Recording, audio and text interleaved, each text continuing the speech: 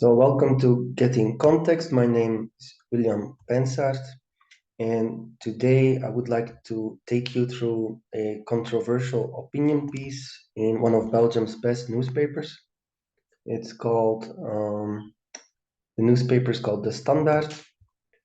It's a very well-respected daily in Belgium, in the Flemish-speaking part in Flanders. So their articles are in Dutch. Some say Flemish, to me it's Dutch. So his name is the author of the opinion piece is Johan Bonny or Bonny, not sure how you pronounce it. He's a bishop in Antwerp, which many of you will know as very important harbor in Belgium. Has a lot of Jewish inhabitants, and it's famous for its vibrant diamond sector. So I'm gonna take you through it. I will try to translate it as accurately as possible. I'm improvising a little bit, so um, we'll quickly try to give you an accurate translation. So Johan Bonny, Jewish friends, I can no longer keep my mouth shut about what's happening in Gaza, or I can no longer remain silent about what's happening in Gaza. And then here and there it gets a little bit complicated. The caption of this under this picture is a Palestinian carries a wounded child away after an Israeli air attack on Gaza on the 28th of October. So, okay, so we get to the piece. So in the Old Testament, there is nothing after the death and the resurrection of Jesus that could still legitimate a violent recuperation of the biblical land, writes Johan Bonny. So I rarely or seldom or never I think back to Pope Pius the 12th, except in the last few days and weeks since the acts of violence or the violent acts of Hamas on the 7th of October and the bombardment in Gaza. Since the 60s, Pope Pius XII was regularly or often accused of not having spoken up against or in a clear enough way against the deportation and the destruction of the Jewish population in countries under Nazi and or fascist rule. Like he may have been too neutral. Like his attitude was probably too neutral for too long. He probably didn't, or he may not have worked hard enough or reacted hard enough against the powerful Germany. In some circles, he got a nickname, the Nazi Pope. And where does guilty silence or guiltily remaining silent start or end? Okay. So from the past to the present, it's only a small step. In the newspaper, to this morning's newspaper, I read that already 4,000 children in Gaza have died, which is about 400 a day. Gaza has become a cemetery for children. Something like said UNICEF spokesperson James Elder. So if you want a more precise translation, he let it be taken down or noted that it's a cemetery for children. And for all the others, it's a living hell. The West is reacting in a confused and contradictory manner. Many are showing neutrality, or they take a neutral position. And meanwhile, the biggest military powers support the Israeli army because, well, it's all very complex. Or we have to support a Western democracy like Israel. So why am I sitting here being silent as a bishop? For who or for what should I restrain myself? Right? The ideal alibi. I live in the Flemish city, so to me it's a Belgian city, but okay. I would prefer to keep my country in one piece, so Belgium, but they write Flemish. He writes Flemish. With the biggest Jewish community of the country, in the country. I have good acquaintances within or in the Jewish community. I am a member of the um, uh, mm, consultation body, or some kind of debating organization, not debating, like some kind of discussion institution of the Christians and Jews in Belgium, and that's their abbreviation. So should I now speak or remain silent, and for whom? Who will be in a little while? Who will still be my friend or my enemy if I speak up? It is indeed a complex story. Israel has the right to exist and to defend itself. Nobody doubts that.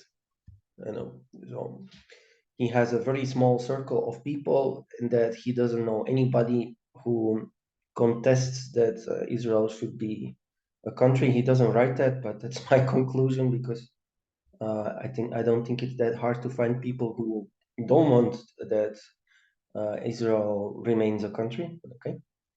And then he writes, but also the Palestinians have the right to exist and to defend themselves. Alas, unfortunately, all efforts to come to a two-state solution were systematically and strategically boycotted.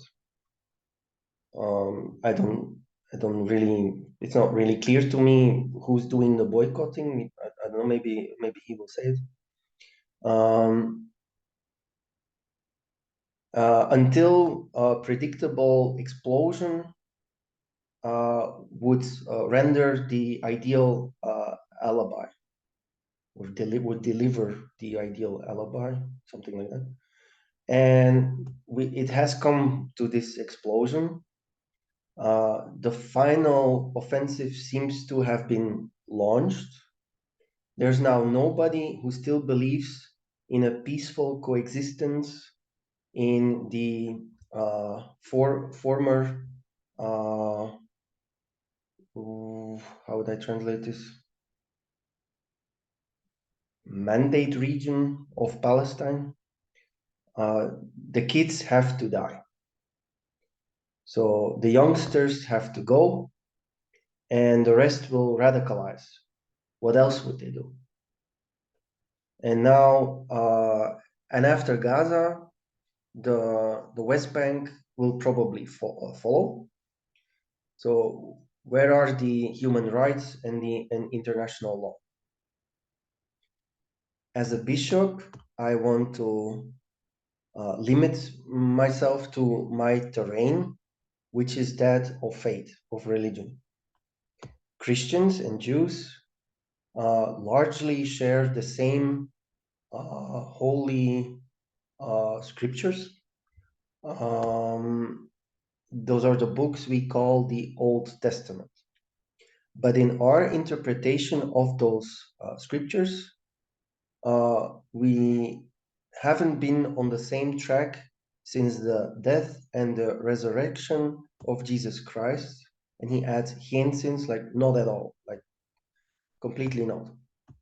This difference isn't about some trivial details, some trivialities, but it goes to the heart of the matter, and which is that God's love and God's uh, saving, like God's to be saved by God, are no longer tied to one specific country, one specific race, or one specific culture. At the heart of Christianity is the universality of something like soccer, surcease of sorrow, like that you can be saved. Um, some will note or remember a very controversial German greeting, Heil. Heil means like something like saving or well-being. And all right, and all, and he's not using this word because of that. It has totally not this connotation in Dutch. Like people usually don't think of how, when they read the Dutch word hell. Maybe trying to be funny there. Shouldn't be. This is kind of a serious matter. So all rights and all duties connected to the Christian faith have universal something like capacity. They surmount every individual interest, even every individual religious interest. Religion, blood, and violence. That's why, according to the Christian judgment, um, there are no words to be found in the Old Testament, at least no godly words to be found in the Old Testament after the death and resurrection of Jesus that could still legitimate violent recuperation or military expansion of the so-called biblical land. The God of Israel is the father of all people, as you can read in Genesis. It's irritating how some political and military leaders in Israel abuse biblical themes or themes to legitimize their murderous um, behavior. Yeah, so they abuse these biblical themes to legitimize murder. And they damage the image of their religion and of all religions worldwide. They pervert the meaning of the most beautiful biblical expressions, like the ones in the something like chosenness. I'm not familiar enough with the Bible to know what this word is. I've never seen this. Something like the to choose, to be chosen, the convent, the promise, I guess, the Exodus, the promised land, and even of uh, the Jerusalem of the end times. They reinforce the impression that religion is connected to blood, land, and violence. So if I would be translating this to German, you get Blut und Boden. Okay, not commenting. Admittedly, I say that as a Christian, and as a Christian, I have to be careful in my approach to our past. But to speak like that, I am obliged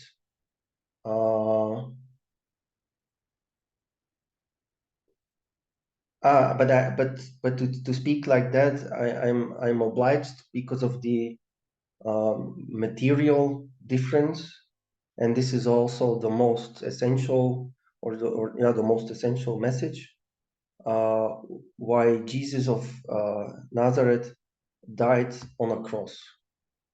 Even then, a Jewish man from Palestine, 33 years young. So I don't want to comment. I can only say that I only want to say that this was very controversial. If I return, so this newspaper has then later printed many other opinion pieces. I'm not going to go through all of them, but you can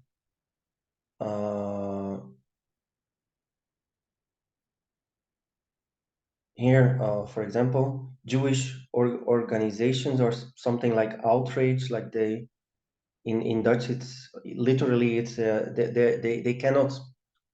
they can't speak about it but it means that they are outraged. So they're outraged about what he said about Israel. It's scandalous. Here there's an opinion piece. Does Johan Bonny even want to have Jewish friends? This seems related, but uh, I think this could be in support of him, because it's another opinion piece, and here the title is "International Law is nothing more than a piece of paper," and vote papier sounds worse than piece of paper, but could could say it's a piece of paper, and this seems to be a very um, condemning reaction. It would have been better if you had kept your mouth shut, or if you had remained silent, Monseigneur Bonny. I suppose Monseigneur is the title you use to accost or address. She's, I guess you could say, she's accosting him. No, we can go into that one maybe.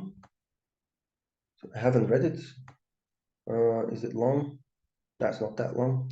So if I'm willing to translate what Johan Bonny had to say, I'm also willing to translate this one. Let's see. So you should have remained silent, Monsieur Bonny. Who is writing this? Who is writing this? Important to know. Mia Doornaert. Yeah, so that's a famous face in Belgian politics. So let's quickly translate, and then I leave it up to you to be the judge of this. So the Antwerp Bishop, Johan Bonny, take those microphones away. I don't know. I haven't been following it that closely. Maybe he made some statements in the media and said, take those microphones away. I would have to look into this. I can return to this if people are interested. But let me translate this.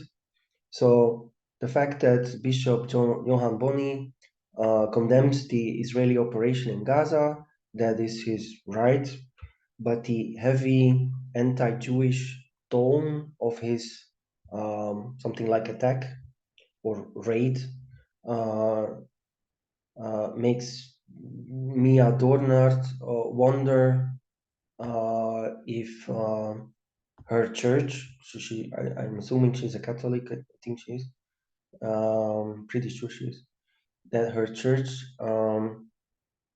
the uh, bleak pages of or sullen dark pages of anti-Semitism, uh, as that they turn those pages very radically. So we will see what she has to say. Monseigneur, you could no longer remain silent. You wrote to your Jewish friends um, on the 9th of November in the Standard DS. This is this newspaper. With mounting this belief, I have read your emotional, not attack actually, your emotional something that slips, like you have to say it, you can't remain silent. Not a word about the 7th of October, about the pogrom by Hamas, during which 1,400 people were died, or died. She doesn't say killed. This number is contested, but she mentions 1,400, including babies. Not a word about the 200 hostages that were dragged with them, including babies and children.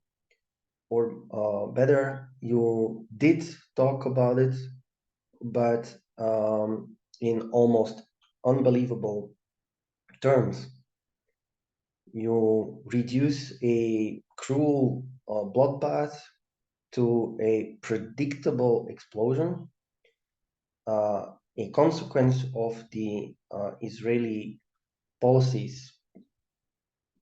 Then that's the old refrain of anti-Semitism. What happens to the Jews? They always sold out themselves. And now it becomes worse. That explosion provided the perfect alibi for Israel to murder children. You skip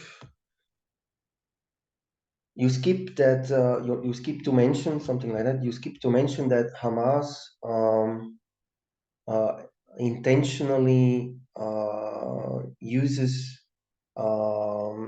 hospitals and civilians, children included, as human shields. This was condemned by the European Union on Sunday.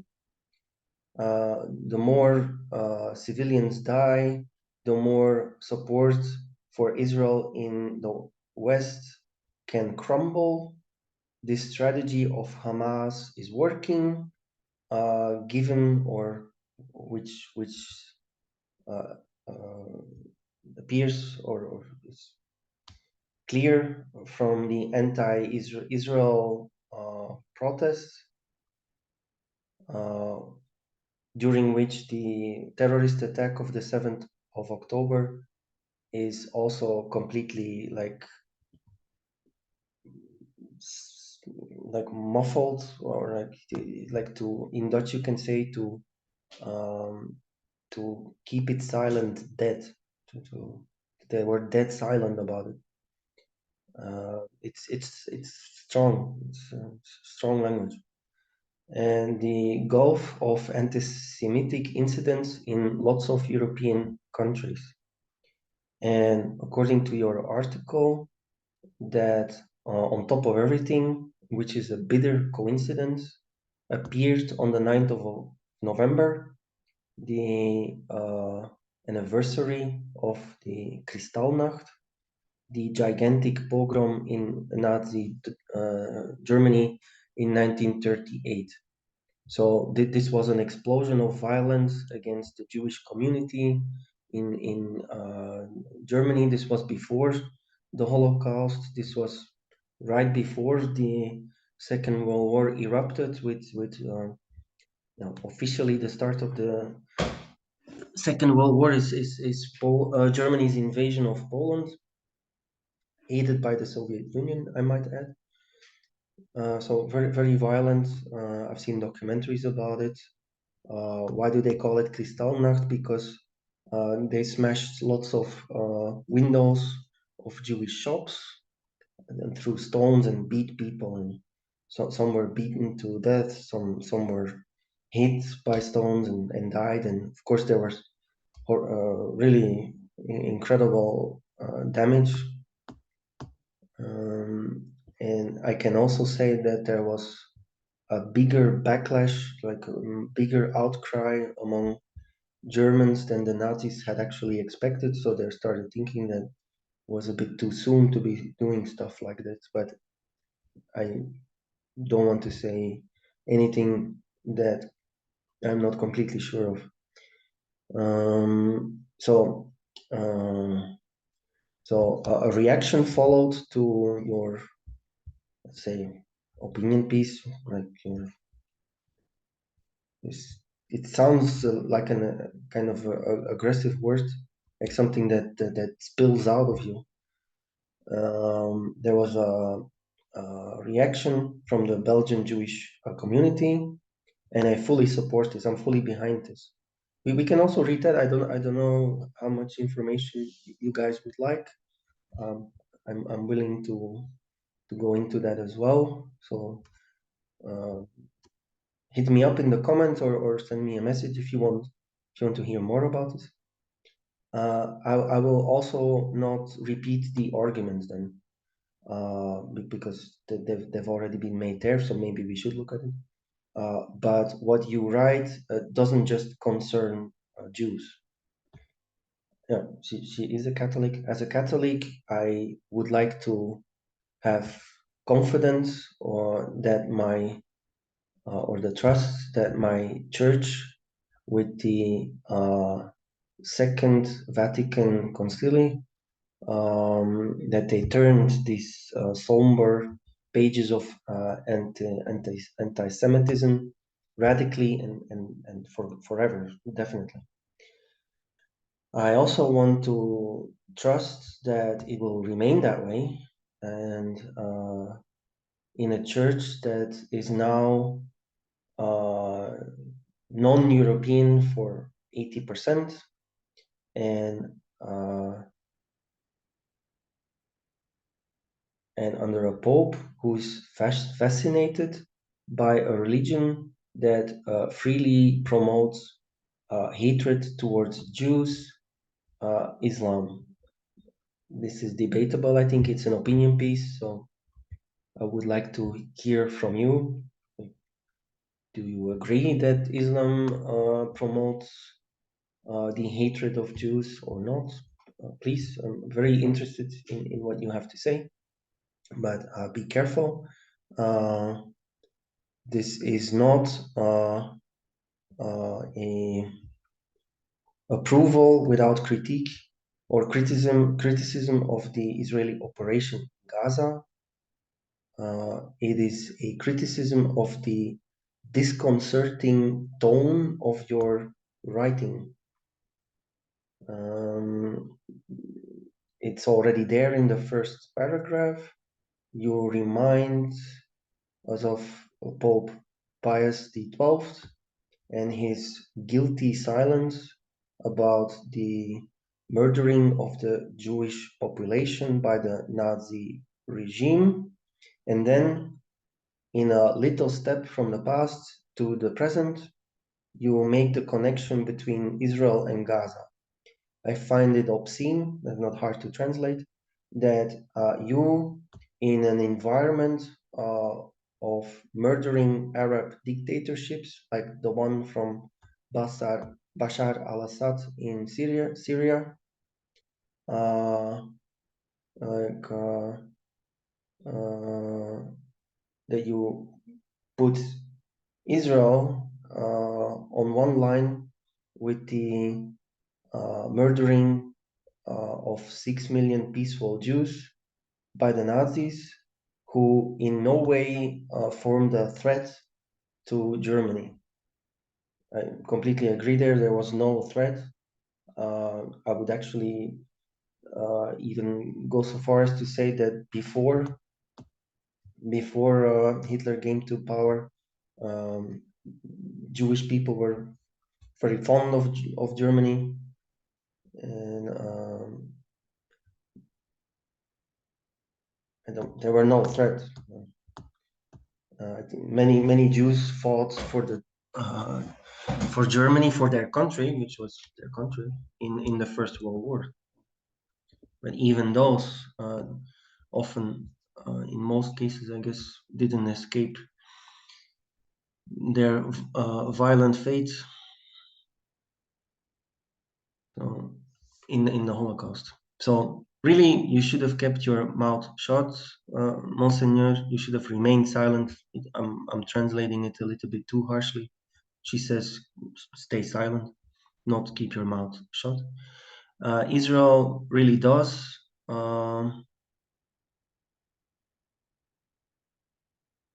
Israel really does have a moral problem with this dilemma, uh, which Hamas confronts its uh, with which Hamas confronts its armies or its military forces, and it has that moral problem to deal with this because it's a democracy and it believes in universal values. But it also has the right to defend itself. You seem to have forgotten that the Arab League has never recognized the right to exist of Israel. You ignore that Hamas itself says that the peace or the quality of life of the inhabitants of Gaza uh, is its aim. It is the destruction of the Jewish state. About Israel's moral dilemma, I recommend the lecture of one of the very erudite, balanced 11th of November presentation, or yeah. So the reading, this is better to hear the reading of the 11th of November lecture by Stefan Hertmans. It's a Belgian writer, and he's like a celebrity. But doesn't mean that every Belgian knows him. I would even say that only a minority knows him. This arming society, that's the title. In a armed conflict, he writes, among other things, our feeling of justice pushes us almost to choose a side, not the one of the aggressor, but of the one of the beleaguered one. The beleaguered in Caso, in this case, uh, of Ukraine that was brutally attacked by Russia. Well, that is Israel with the pogrom of the 7th of October. So Ukraine and Israel are in the same position here. That's what he's saying. But the problem with this justice is, so then that's how Hertmans puts it.